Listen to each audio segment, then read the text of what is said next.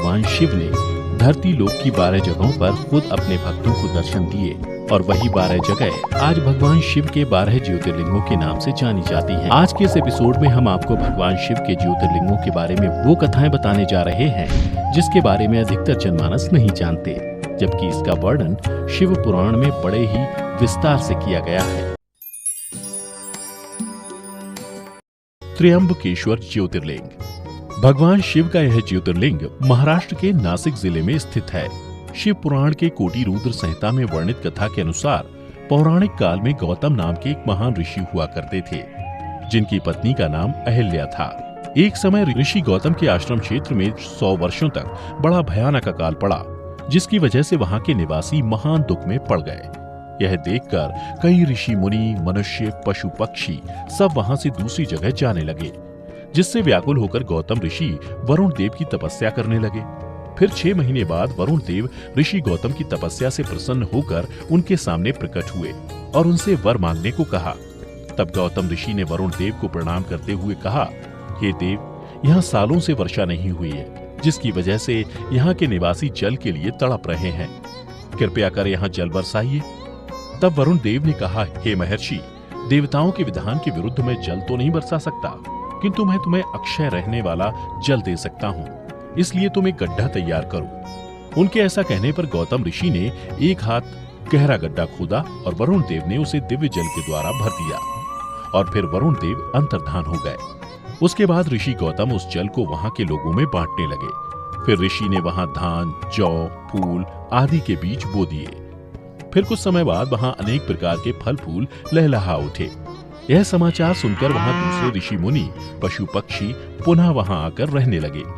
देखते ही देखते वह क्षेत्र बड़ा सुंदर हो गया। फिर वहां के लोग आनंद पूर्वक रहने लगे।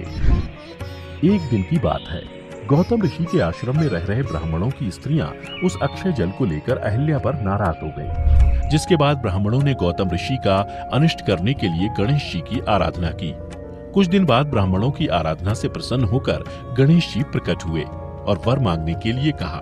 तब वे लोग बोले, भगवान, यदि आप हमें वर देना चाहते हैं तो कोई ऐसा उपाय कीजिए जिससे समस्त ऋषि डांट फटकार कर गौतम को आश्रम से बाहर निकाल दें। गणेश जी ने कहा, पहले उपवास के कारण जब तुम लोगों को दुख भोगना पड़ा था, तब महर्षि गौतम ने जल की व्यवस्था करके तुम्हें सुख दिया, परंतु इस समय तुम सब लोग उन्हें दुख दे रहे हो। संसार में ऐसा कार्य करना कदापि उचित नहीं। इस बात पर तुम सब लोग सर्वथा विचार कर लो। स्त्रियों की शक्ति से मोहित हुए तुम लोग यदि मेरी बात नहीं मानोगे तो तुम्हारा यह बर्ताव गौतम के लिए अत्यंत हितकारक ही होगा। इसलिए तुम लोग कोई दूसरा वर मांगो।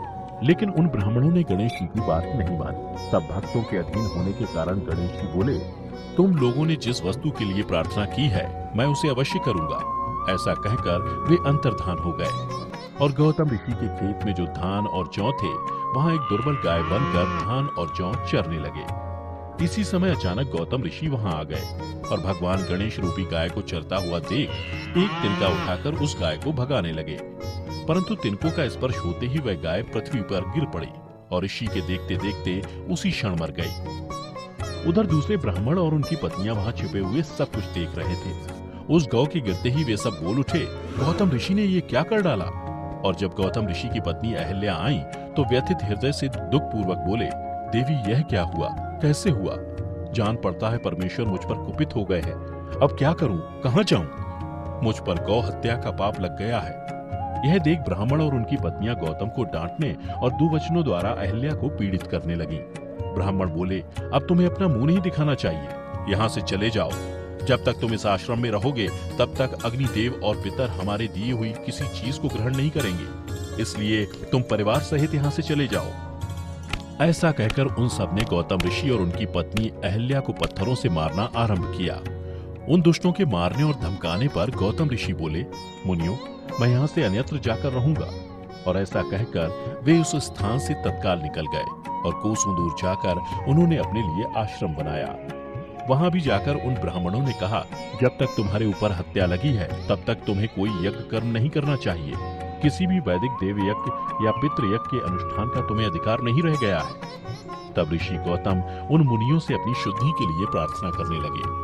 उनकी दीन भाव से प्रार्थना करने पर उन ब्राह्मणों ने कहा, गौतम, तुम अपने पाप को प्रकट करते हुए 3 बार सारी पृथ्वी की परिक्रमा करो, फिर लौटकर यहाँ 1 महीने तक व्रत करो। इसके बाद ब्रह्मगिरी की 101 परिक्रमा करने के पश्चात तुम्हारी शुद्धि होगी। अथवा यहाँ गंगा जी को ले आकर उन्हीं के जल से स्नान करो तथा 1 करोड़ पार्थिव लिंग बनाकर महादेव जी की आराधना करो। फिर गंगा में स्नान करके इस पर्वत की 11 बार परिक्रमा करो। उन ब्राह्मणों के इस प्रकार कहने पर गौतम ने बहुत अच्छा कहकर उनकी बात मान ली। वे बोले, मुनियों, मैं आप सभी की आज्ञा से यहाँ पार्थिव पूजन तथा ब्रह्मगिरी की परिक्रमा करूंगा। ऐसा कहकर मुनि श्रेष्ठ गौतम ने उस पर्वत की परिक्रमा करने के पश्चात पार्थिव लिंगों का निर्माण करके उनका पूजन किया। साध्वी अहिल्या ने भी साथ रहकर वह सब कुछ किया। पत्नी सहित गौतम ऋषि के इस प्रकार आराधना करने पर संतुष्ट हुए भगवान शिव गणों के साथ प्रकट हो गए। तदनंतर प्रसन्न हुए कृपा निधान शंकर ने कहा, महामुने, मैं तुम्हारी उत्तम भक्ति से बहुत प्रसन्न हूँ। तुम कोई वर मांगो। उस समय महात्मा शंभू के सुंदर रूप को देखकर आनंदित हुए गौतम ने भक्ति भाव से शिव जी को प्रणाम करके उनकी स्तुति की और बोले, देव, मुझे निष्पाप कर दीजिए।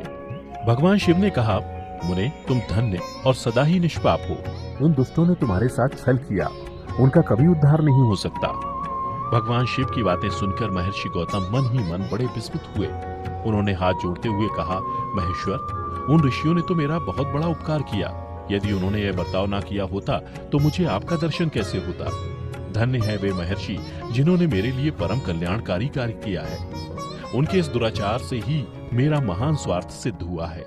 गौतम ऋषि की यह बात सुनकर महेश्वर बड़े प्रसन्न हुए और बोले, विप्रवर, तुम धन्य हो, सभी ऋषियों में श्रेष्ठतर हो। मैं तुम पर बहुत प्रसन्न हुआ हूँ। तुम मुझसे उत्तम वर मांगो। तब गौतम ऋषि बोले, देवेश, यदि आप प्रसन्न हैं तो मुझे गंगा प्रदान कीजिए और ऐसा करके लोक का महान उपकार कीजिए। ऐसा कहकर गौतम ऋषि ने देवेश्वर भगवान शिव के दोनों चरण पकड़ लिए। तब भगवान शिव ने पृथ्वी और स्वर्ग के सारभूत जल को निकालकर गौतम मुनि को दे दिया। तब देवी गंगा परम सुंदर स्त्री का रूप धारण करके वहां खड़ी हो गई। यह देख गौतम ऋषि ने देवी गंगा को नमस्कार करते हुए कहा, हे देवी, आप धन्य हैं, आपने तीनों लोगों को पवित्र किया है। तदनंतर शिव जी ने देवी गंगा से कहा, देवी, तुम मुनि को पवित्र करो और तुरंत वापस न जाकर वैवस्त मनु के 28वें कलयुग तक यहीं रहो। यह सुन देवी गंगा बोली, हे महेश्वर, यदि मेरा महात्म्य सब नदियों से अधिक हो और अंबिका तथा गणों के साथ आप भी यहाँ रहें, तभी मैं इस धरातल पर रहूंगी। गंगा जी की यह बात सुनकर भगवान शिव बोले, गंगे, तुम धन्य हो, मैं तुमसे अलग नहीं हूँ, तथापि मैं तुम्हारे कथनानुसार यहाँ स्थित रहूंगा, तुम भी स्थित हो। अपने स्वामी परमेश्वर शिव की यह बातें सुनकर गंगा मन ही मन प्रसन्न हो गई। उसी समय देवता ऋषि वहां आ पहुंचे। उन सब ने बड़े आदर से जय जयकार करते हुए गौतम, गंगा तथा गिरिशाई शिव का पूजन किया। तदनंतर उन सब देवताओं ने मस्तक झुका हाथ जोड़कर उन सब की प्रसन्नता पूर्वक स्तुति की। फिर देवता बोले, देवेश्वर, यदि आप संतुष्ट हैं और सरिताओं में श्रेष्ठ गंगे, यदि आप भी प्रसन्न हैं, तो हमारा तथा मनुष्यों का प्रिय करने के लिए आप लोग कृपा पूर्वक यहाँ निवास करें। इस प्रकार उन देवताओं तथा महर्षि गौतम की प्रार्थना करने पर भगवान शंकर और सरिताओं में श्रेष्ठ गंगा दोनों वहां स्थित हो गए।